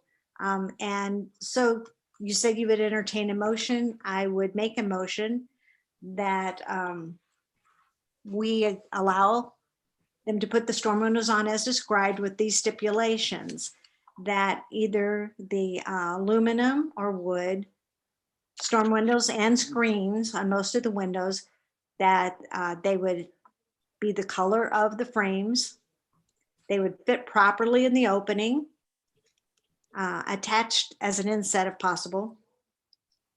That the color matches the sash or trim, like I said before. That the sash meeting bars line up with the sash meeting bars of the windows. And that if there are any fixed or casement windows, that it will be a fixed single sash. And low E windows are permitted if there is no film that darkens the window, that obscures the window. It cannot be mounted on the exterior framing of the windows. And that's your motion. That's my motion. Megan, did you get all that? These stipulations. Let's see, I have part of that, I should say. I have aluminum or wood materials, be the color of the frame, fit the opening, the color matches the sash or trim, and then if you could repeat the last part. Sure. The sash meeting bars line up with the sash meeting bars of the windows. And for a fixed or casement window, that it be a single sash window, a fixed single sash window. And low E windows are permitted if there is nothing that darkens the window, like shading, films. Okay. Megan, could you do me a favor when you get finished there and just repeat that back and make sure that Jean Ann's confident that you have everything she wants in her motion?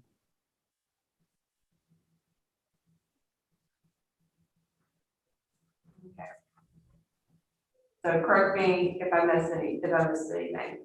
All right, all storm windows are aluminum or wood materials, be the color of the frame, fit openings, the color of matches the sash or trim, and then sash meeting bars line up with the storm window and the window. I think I missed fixed. I have a fixed single sash window. For fixed or casement windows, Okay. And then low E windows are permitted if they don't have darkened materials.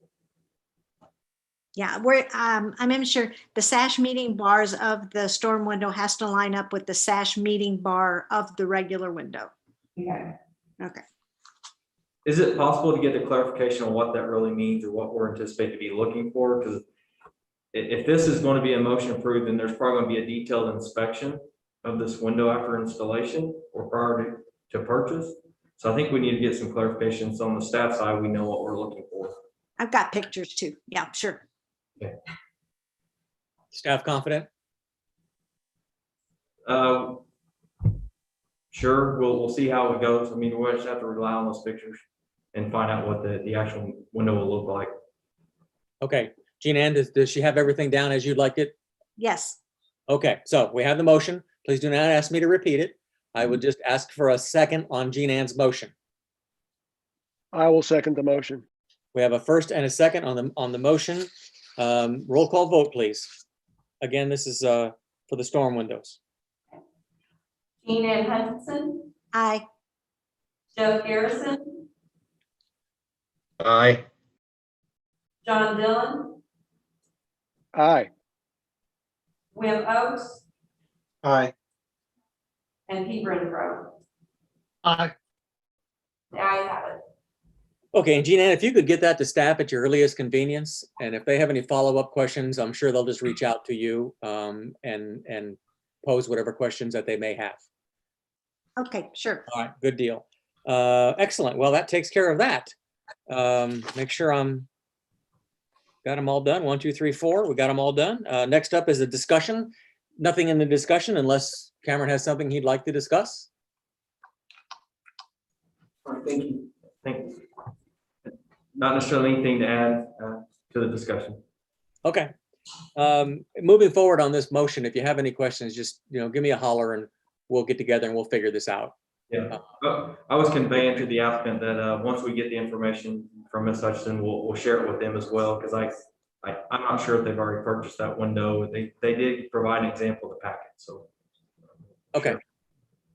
Okay, very good. Commission comments. I promise this is my last comment of the evening. We haven't had anything come before this commission since last October. I wonder if we could just have, when we don't have business to conduct, if we couldn't have some short training session when it's possible that we do a walking tour of the historic district with not someone who's knowledgeable about it. That would be a possibility. Another possibility would just be to talk about windows briefly and have someone lead us through those options so we feel more comfortable with the whole process, the whole issue. And there are a number of others, paint colors and signs and all kinds of things like that. So if we could just do something real quickly, just one topic an evening, every other month or something, if we don't have business. That's That's an all. excellent suggestion. Staff comments on that? Nothing specifically. If we just have to, if it's an evening such as this, then we got to think about the dark. It's dark outside, so it may be that those are daytime walking tours or visiting through the city. Okay. Well, we can work out the details as we move forward. Mr. Poston, anything to add? No, sir, I'm good. Mr. Mayor? No, sir. Excellent. Very good. Staff? Nothing. Okay, very good. In that case, I would entertain a motion to adjourn.